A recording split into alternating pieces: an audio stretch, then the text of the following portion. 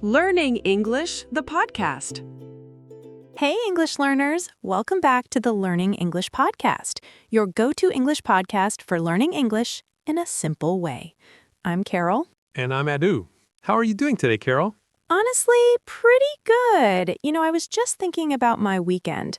I woke up early on Saturday, around 6 in the morning, had my tea, and I thought, okay, today I'm going to be productive. But then I ended up spending half the day just cleaning my apartment and watching a series on Netflix. What about you, Idu? Oh, Carol, my weekend was the complete opposite. I slept in until 10, had my coffee, and I kept telling myself I would do something productive, but I just relaxed the whole time. And you know what? I don't feel bad about it. Sometimes we need those lazy weekends. Exactly. And that's actually what we're talking about today. How to talk about your weekend in English. This is not just an English lesson, it's also about understanding that your weekend doesn't have to be exciting or perfect to talk about it. In fact, most weekends are simple, and that's okay. We're going to teach you how to describe what you did, how to answer when someone asks you about your weekend, and we'll also share useful expressions that will make you sound natural and confident. At the end, we'll break down key vocabulary words, so stay until the end. Whether your weekend was productive, relaxing, or somewhere in between, by the end of this episode, you'll know exactly how to talk about it in English. Let's begin. So, Carol, let's start with the most common question. How was your weekend? That's the question everyone asks on Monday morning, right? At work, at school, even at the coffee shop. And honestly, sometimes I don't know what to say. Like, my weekend was normal. I didn't do anything special. But that's the point. You don't need to do something special to have a good answer. You can say, it was good. I just relaxed at home. Or, it was nice. I spent time with my family. Simple answers work perfectly. Exactly. Let me give you an example from my weekend. On Saturday, I woke up late, around 10. I had my coffee, checked my phone for a bit, and then I decided to go to the gym. After that, I came home, took a shower, and ordered food because I didn't feel like cooking. Then I just watched some videos on YouTube and went to bed early. See? Nothing exciting, but it's a complete answer. And that's a great example, Carol, because you use the past simple tense, which is what we use to talk about finished actions in the past. I woke up, I had coffee, I went to the gym, I watched the videos. These are all past simple verbs. And for our listeners, don't worry if you're not confident with past simple yet. The more you practice talking about your weekend, the more natural it will become. Now, let's talk about common weekend activities. Carol, what are some things people usually do on weekends? Well, there are so many options. Some people like to go out with friends, go to a restaurant, or go to the movies. Others prefer to stay home and relax. You can clean your house, do laundry, cook, read a book, watch TV, or just sleep. And don't forget about errands.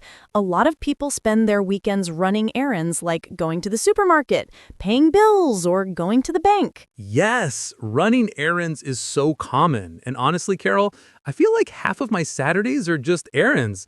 I go to the grocery store, I pick up things I need, and by the time I'm done, it's already afternoon. Exactly.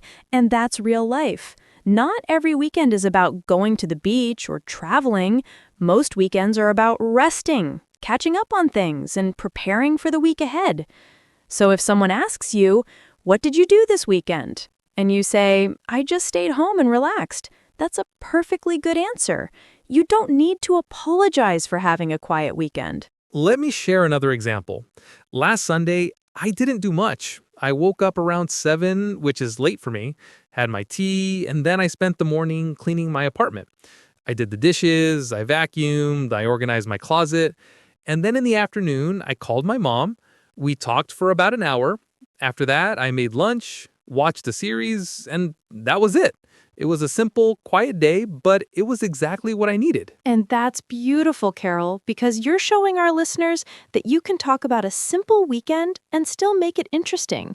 You used specific details. You didn't just say, "I cleaned." You said, "I did the dishes, I vacuumed, I organized my closet." Those details make your story more real and more engaging. Yes, and that's a great tip for our listeners. When you talk about your weekend, try to add small details. Instead of saying, "I watched TV," Say, I watched a series on Netflix. Instead of saying, I went out, say, I went to a cafe with my friend. Details make your English sound more natural and fluent. Now let's talk about how to respond when someone asks you, "How was your weekend?" There are different ways to answer depending on how you feel and how much you want to share. If you want to give a short answer, you can say, "It was good, thanks," or "It was nice, pretty relaxing," or even, "It was okay, nothing special." These are polite and simple responses. But if you want to say more, you can add details. For example, it was great. I went to the park with my family and we had a picnic.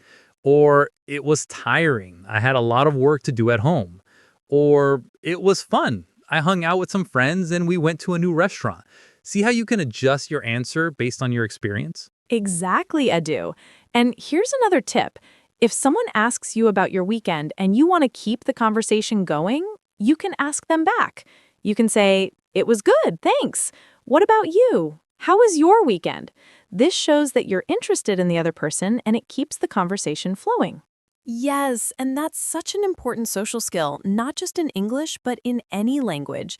Conversations are about exchange. You share, they share, and that's how connections are built. Let's also talk about different types of weekends. Because not every weekend is the same, right? Sometimes you have a productive weekend where you get a lot done. Other times you have a relaxing weekend where you just rest. And sometimes you have a busy weekend where you're running around doing things. Carol, which type of weekend do you prefer? Honestly, I like a mix. I like to have one day where I'm productive, where I clean, I organize, I prepare meals for the week.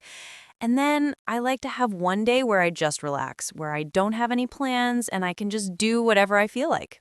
What about you, Edu? I'm the same. I need balance. If I'm too productive, I feel exhausted. But if I'm too relaxed, I feel like I wasted my time. So I try to do a little bit of both. Maybe on Saturday, I'll go out, see friends, do something active. And then on Sunday, I'll stay home, recharge, and get ready for the week. And that brings us to an important point. A lot of people feel guilty about having a lazy weekend. They think, "Oh, I didn't do anything. I just staying home." But rest is important. Your body and your mind need time to recover. So if you spent your whole weekend in bed watching movies, that's okay. You needed that rest. And you can still talk about it in English.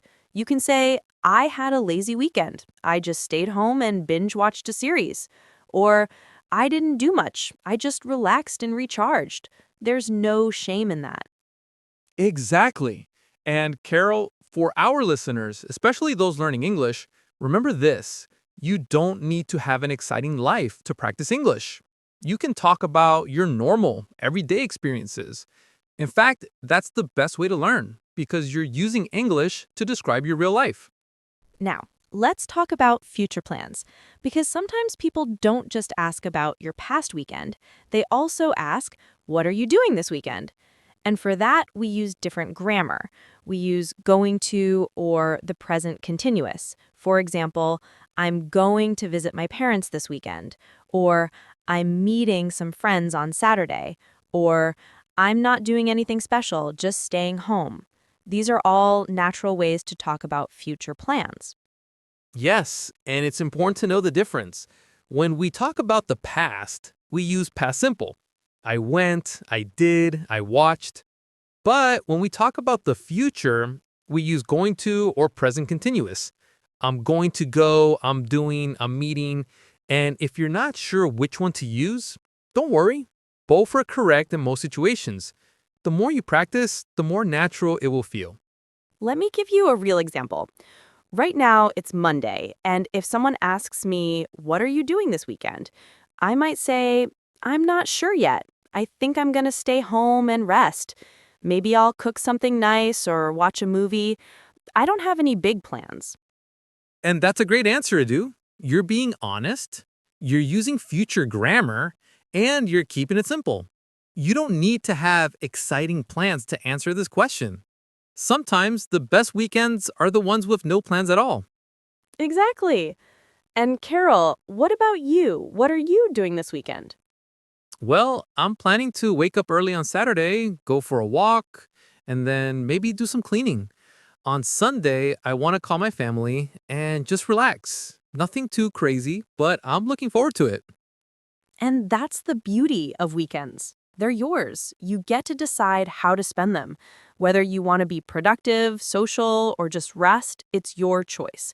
And in English, you have all the tools to talk about it. You can describe what you did, what you're doing, and how you feel about it. And the more you practice, the more confident you'll become. So here's a challenge for our listeners. This week, try to describe your weekend in English. It doesn't have to be perfect. Just try. You can write it down, say it out loud, or even record yourself. Talk about what you did, who you spent time with, and how you felt. Use the past simple, add some details, and don't be afraid to keep it simple. Because remember, fluency comes from practice, not perfection. Before we wrap up, let's also talk about some common mistakes. One mistake I see a lot is when people say, I go to the park on Saturday, instead of, I went to the park on Saturday. Remember, if you're talking about the past, you need to use past tense. I went, not I go. Another mistake is forgetting to add details. If you just say, I stayed home, it sounds a bit boring. But if you say, I stayed home and cooked a nice meal, or I stayed home and watched my favorite series, it sounds much more interesting. Yes, and another mistake is being too hard on yourself. A lot of learners think, my weekend wasn't interesting, so I have nothing to say. But that's not true. Every weekend has something to talk about, even if it's small. Maybe you tried a new recipe. Maybe you had a good conversation with someone. Maybe you just enjoyed a quiet moment with your tea. Those are all worth talking about. And here's something I want to say to our listeners. If you're learning English, you're already doing something amazing. You're investing in yourself, you're challenging yourself, and you're growing. And talking about your weekend is one of the most practical ways to practice English because it's something you'll do all the time at work, with friends, with new people you meet. So don't underestimate the power of this simple conversation. Master it, and you'll feel so much more confident in your English. I completely agree, I do. And I also want to remind our listeners that it's okay to make mistakes. When you're talking about your weekend, you might forget a word, you might use the wrong tense, and that's okay. The important thing is that you're trying. Every time you speak, you're getting better.